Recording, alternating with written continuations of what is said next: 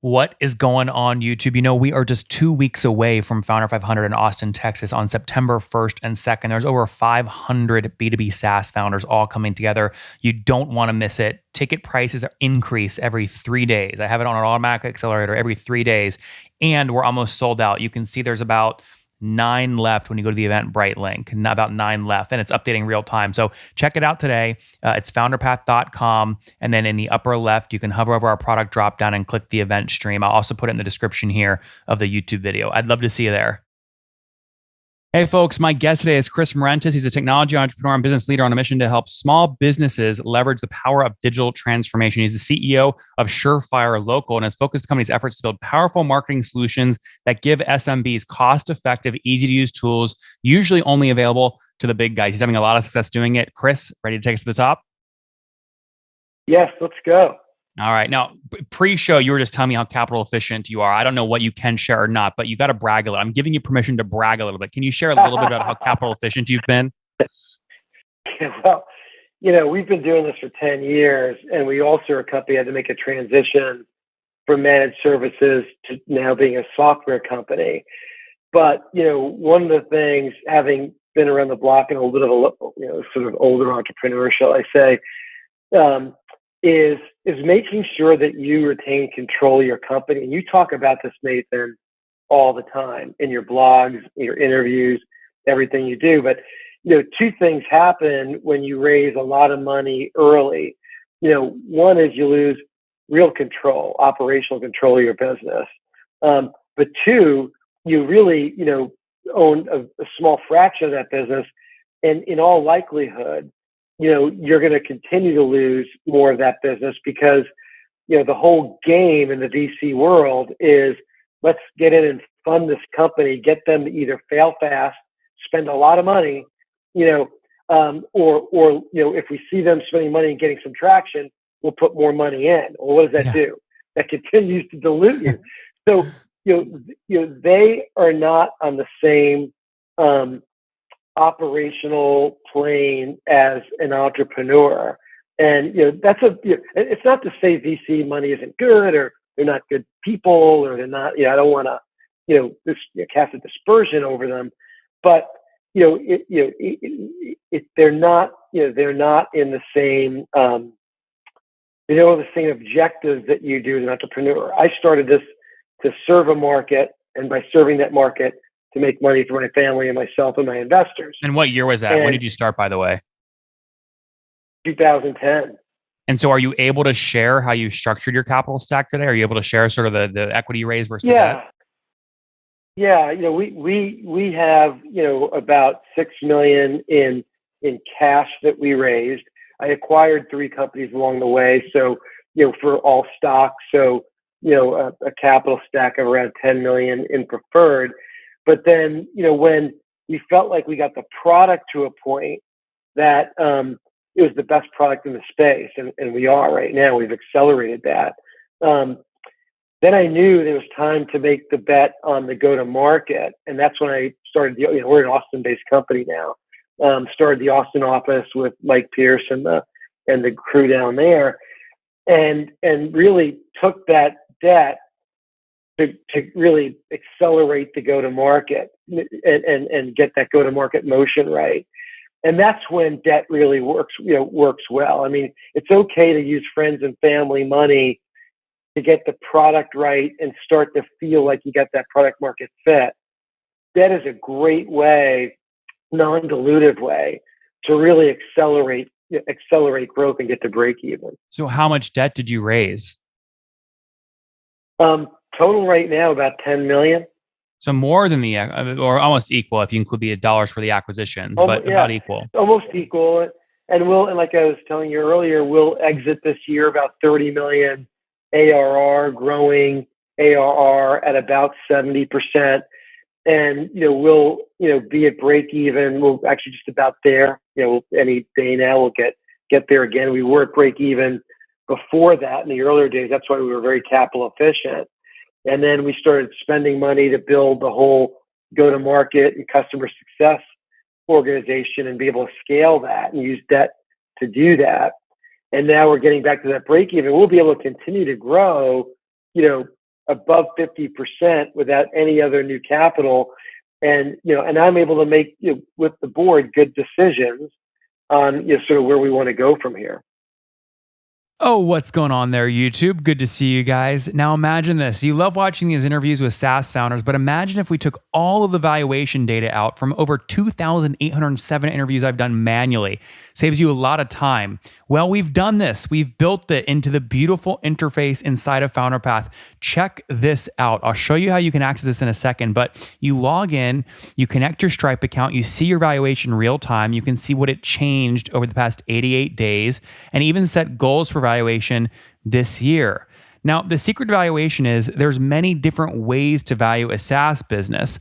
So the reason you're going to see 3 or 4 different valuations inside of your FounderPath dashboard, this is all free by the way, is because depending on who's doing the buying of your SaaS company, you're going to get a different valuation. A VC is going to pay a different valuation. Private equity firm is different. If you're going to do a minority sale, that's different. And if you sell the whole business, that's a different valuation. You can see all those when I hover over here. Right, so the teal is what a VC would pay, yellow is what private equity, and red is if you sold the whole thing outright. Now, what's cool about this is not built off random data. Again, you guys hear these interviews on YouTube. All these data are built from real-time valuation data points founders share with us on the show. So traction, 1.2 million, seed round, 3.7 raise, they sold 22% of their business. Go in here and filter by the event. Maybe you only want to see companies that have sold the whole business. Well, here are a bunch that have been acquired, the valuation and the multiple. Maybe you're going out right now and you're raising your seed round. Well, go in here and look at all this recent seed deals that went down, what they raised, what valuation they raised at, and what percent that they sold. There's never been a larger data set of SaaS valuations than what you can get now inside of FounderPath, and we're thrilled to bring it to you. All right, we're going to go back to the YouTube video here in a second, but if you want to check this tool out, if you want to jump in and sign up, you can check it out for free to get your valuation at this link, founderpath.com/products/valuations. Or if you go to founderpath.com and hover over products, click on get your valuation here, and go ahead and sign up to give it a whirl. Again, all that valuation data live right inside the platform. I hope to see you there. All right, let's jump back into the interview. Chris, what are the mistakes? A couple of things on the debt side, because you've done a really good job getting fantastic terms. And full disclosure, guys, we missed Chris. We were too small when he was raising 10 million in debt. So we unfortunately did not get the privilege of doing his deal. Maybe in the future, though, we'll see. But Chris, I would do 1-800 Nathan for debt at this point. Well, look, it's a big space. We're happy and we want to chat about all the options. So I believe you're working with Bridge Bank and Recurring Capital Partners, and they've been great partners for you. Help other entrepreneurs understand what are some of the things that a founder should negotiate for when they're raising debt from anyone, us, Recurring Capital Partners, Bridge Bank. Yeah, so when you're super capital efficient and you don't have a VC sponsor, right? It's tricky because, the traditional banks like Bridge Bank or Silicon Valley Bank or Signature, some of the other ones that a lot of folks have heard of, their go-to-market plan is, get a company just raised a bunch of money from a VC, give them a revolver, and they know that VC is going to back up that debt play, and they're not going to ask for personal guarantees, right? So we're talking about debt without any personal guarantees, which is important for most entrepreneurs. You shouldn't be signing any debt deals where you as the founder are signing personal guarantee. We obviously don't ask for that at FounderPath, but if anyone asks for that, you should run. There's too many other good options. Exactly. Yeah, exactly. So the way you could do that is really simulate the VC by doing a deal with like FounderPath, with you guys, Nathan, or Recurring Revenue. There's others in the space too, in the venture debt space. If you've got, a good story and you're showing traction in growth, right? You don't have to be at even break even, but if you're showing that you've got a product market fit and you could grow and you've got that, you're somewhat dialed in, you could go to a venture debt provider, and you could get some type of a multiple on your debt. And once you do that, if you start to really show that you're using that debt wisely and you're able to continue to expand, then all of a sudden you make the other banks, like the bridge banks and others, feel comfortable that you're not that kind of a risk anymore. But Still going to you needed always recurring be capital partners covenant. first and prove that it worked, and then brought in bridge. Exactly. I see. We happen to use Tamiya first, and then we settled Tamiya and brought in recurring for various reasons. But we were able to get Bridge Bank in once we got the Tamiya in place for $3 million at that time. Yeah, there's all kinds of flavors of terms associated with the Tamiya loan or current capital partners, and the not thousands, dozens of other players out there. Let me just fire a couple at you and see how you respond. Chris, I'm going to act like I'm Bridge Bank. I'm offering you $10 million. Do you want a 12-month payback period or a 48-month payback period? And how should founders think about payback periods? I would move that payback period as far back as you can. Because it's sort of like a balloon loan for a home. All of a sudden, you're just going to owe a bunch of money, and really, as an entrepreneur, you just want predictability for as long as you could get it. So, I hope that answers that question. Okay, let me give you another one. I have another hypothetical that I know my audience is thinking about. Hey, Chris, I want to give you a $2 million loan against your B2B SaaS revenues. I can either give you a flat sort of 16% interest rate with a 4-year payback, or if you want a lower interest rate, I can give you a 10% interest rate, but with 2% warrants. Which deal would you take? For me personally, I would rather not give up the warrants. Because the whole purpose of debt is that you try to limit, but it depends on how big the warrants are and what kind of a partner it is. I wouldn't say it's off the table at all. And if it's a reasonable sort of warrant conversion, and and even you could game it where you could put incentives in place for you to, usually this is a bridge to ideally a private equity round, not a venture round, right? But a private equity round. And you should be thinking about sort of how your business is going to mature over the next couple of years, what that ideal sort of place is going to be, and you could sort of game optimizing the cost of that loan to where you think that's going to be. Yep. Let me give you another one. This one's a little bit trickier, but I know you've seen all this, so you're the guy to answer. Hey, Chris, I'm going to give you a $2 million loan. We can either give you a 15% sort of flat rate and no cash covenant, no 1% draw fee, no 20K legal bill off the start, or we can give you 12% capital, so cheaper interest rate, but we require you keep $1 million of the $2 million in the bank at all times. You're responsible for our legal fees at the start, and there's other sort of backfilled terms. How do you think about those two things? Yeah, I'd rather look, when you're doing venture debt, it's going to be expensive, and if you're talking about when you do that as an entrepreneur, you've got to be of the belief that the value creation you're going to be able to do, because again, the thesis here is that you're using that debt to really accelerate sales.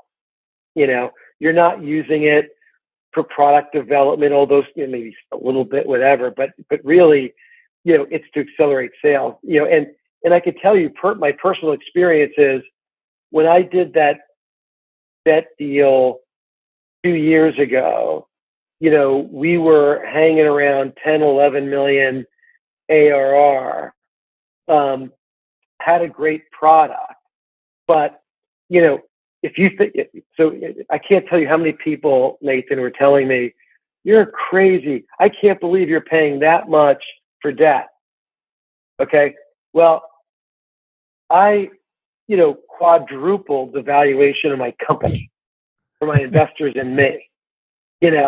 So is it expensive?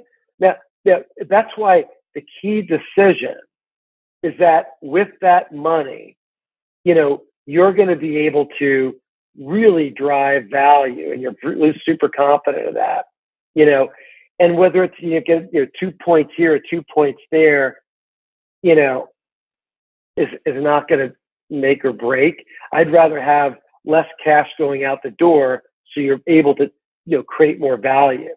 Yeah. My counter would have been, no, the debt might be 19% interest, but you know how much the equity would have been worth if I raised and then quadrupled the valuation, right? It would have been way more expensive there. Yeah, exactly. Yeah. How did you, this is, I guess, the last question on this.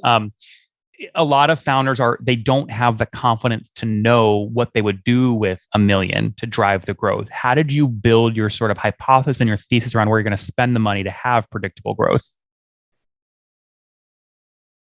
I always had in my mind sort of general phases that my company had to go through as we made this transition.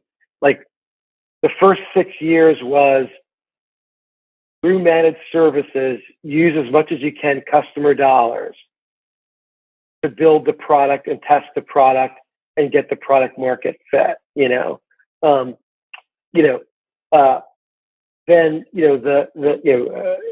then once you feel like you have the product, then the next phase is, I want to get enough new money in. So then that's why, you could stair step your debt ladder to like get more debt. As you prove it, you could get, as your ARR goes up, you could get more debt. So you don't have to do it all at once, right? So I said, let's show that we could get super high growth.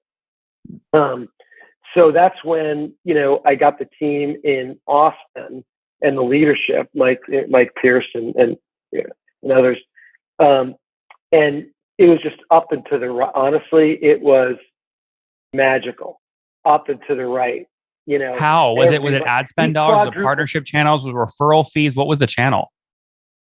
Well, you know what? And this is probably a whole another conversation that perhaps we could do at your conference, but it was really around changing go to market from an inbound, like more like I was thinking and had a sort of like a predictable revenue type model where it's SDR, inbound, whatever. And when I met Mike, who's he was a CRO at Digital Pharmacist, sold for 12 and a half times the K1. He was, at Main Street Hub, ran 200-person sales organization, Yodel, all the rest of it. He really knew this. It's a very transactional model, and it's outbound primarily, maybe 30% inbound. Once we made that change, he said, Chris, hire me and give me 6 people in Austin, and I'm going to show you what I can do. We quadrupled monthly bookings in 4 months. That's amazing. So he transitioned to outbound. So he transitioned to outbound transactional model, and it's super sophisticated and a ton of things to unpack because you got to do it right to make it work, right? And there's a lot to unpack in that. But Chris, you're real quick on that note, just before I forget, sorry, and then I'll let you continue. You're giving I can't wait for your keynote at Founder 500, September 1st in Austin, Texas. If your guy in Austin is available, I would love for him to teach a private like VIP session on just outbound. It sounds like he's got some interesting things there. Is he around? Oh, absolutely. Okay, amazing. Yeah, happy to do it. Yeah, great guy. He'll love me too. Yeah.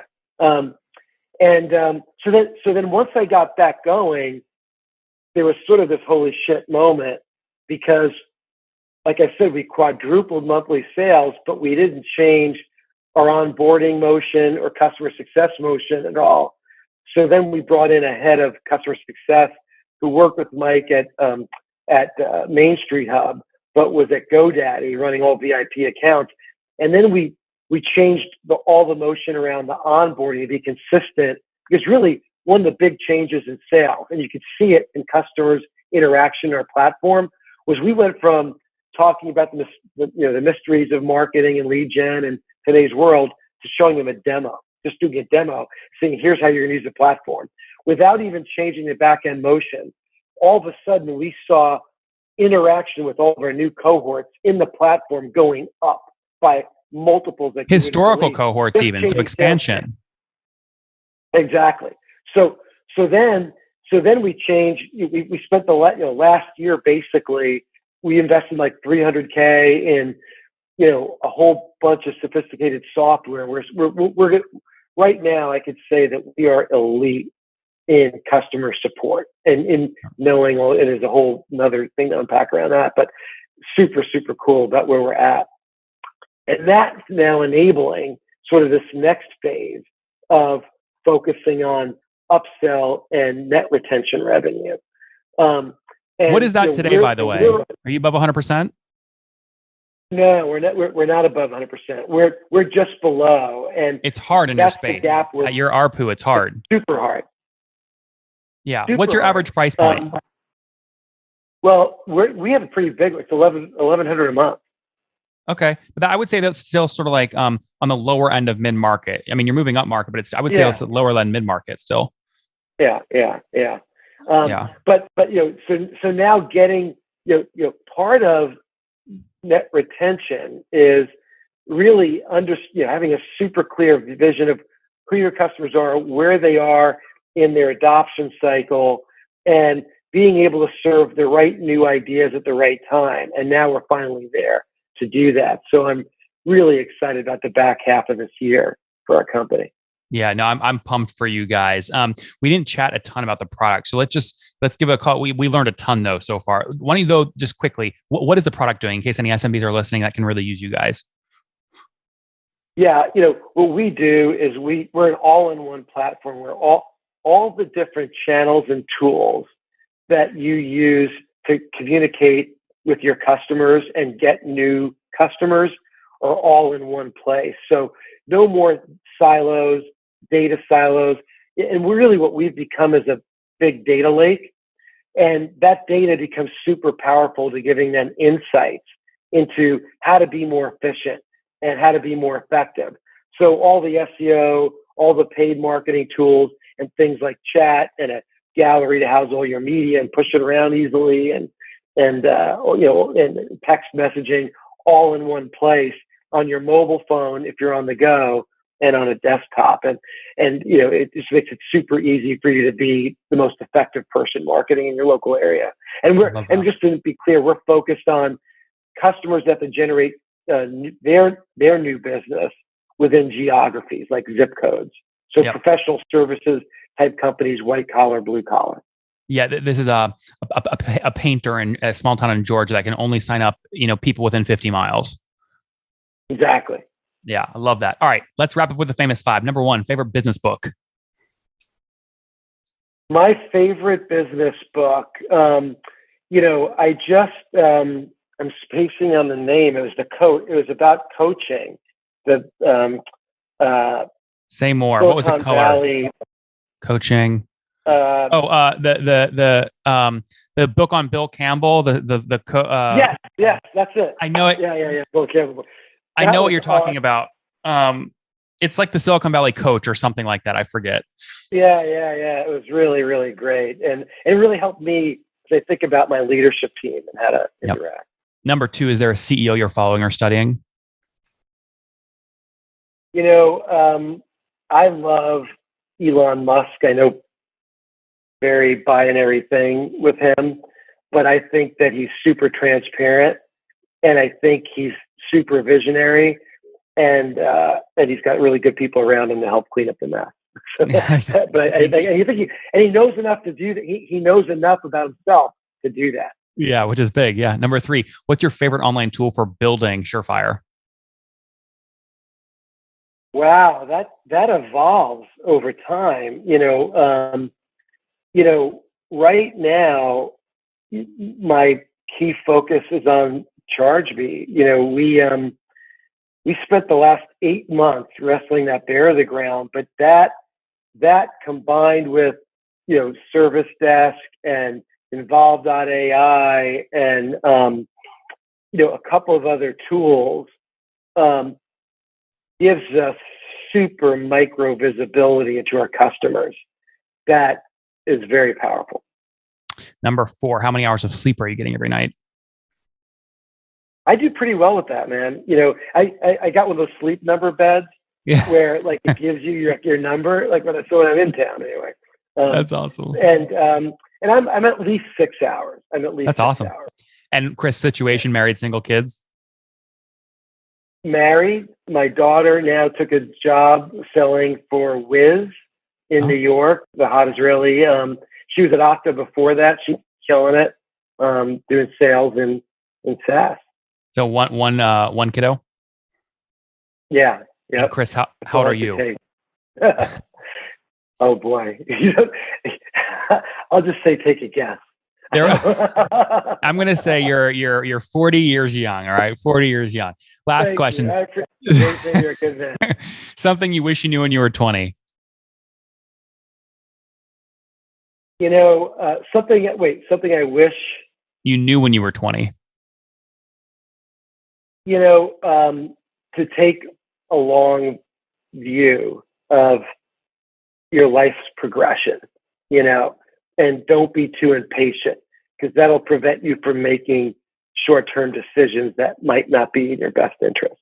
Guy, surefire local, hell of a story. He capitalized the business with $6 million of equity, raised another $3 million to do 3 M&A deals along the way. Launched in 2010 as a managed services business, now servicing SMBs directly that pay on average $1,100 a month. This is the painter in a Georgia, small town that needs to sign up 100 clients a month to do well. All-in-one solution at Surefire Local. They broke 20 million ish last year. Now north of close to flirting with 30 million. Very capital efficient. Chris used $10 million in debt, right, to drive growth. So only $1 of equity raised for every $3 of ARR. Incredibly efficient. Catch him live on stage at Founder 500 September 1st. Chris, thanks for taking us to the top.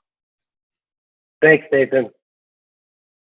One more thing before you go. We have a brand new show every Thursday at 1 p.m. Central. It's called Shark Tank for SaaS. We call it Deal or Bust. One founder comes on, 3 hungry buyers, they try and do a deal live, and the founder shares back-end dashboards, their expenses, their revenue, ARPU, CAC, LTV, you name it, they share it. And the buyers try and make a deal live. It is fun to watch every Thursday, 1 p.m. Central. Additionally, remember, these recorded founder interviews go live. We release them here on YouTube every day at 2 p.m. Central. To make sure you don't miss any of that, make sure you click the subscribe button below here on YouTube, the big red button, and then click the little bell notification to make sure you get notifications when we do go live. I wouldn't want you to miss breaking news in the SaaS world, whether it's an acquisition, a big fundraise, a big sale, a big profitability statement, or something else. I don't want you to miss it. Additionally, if you want to take this conversation deeper and further, we have by far the largest private Slack community for B2B SaaS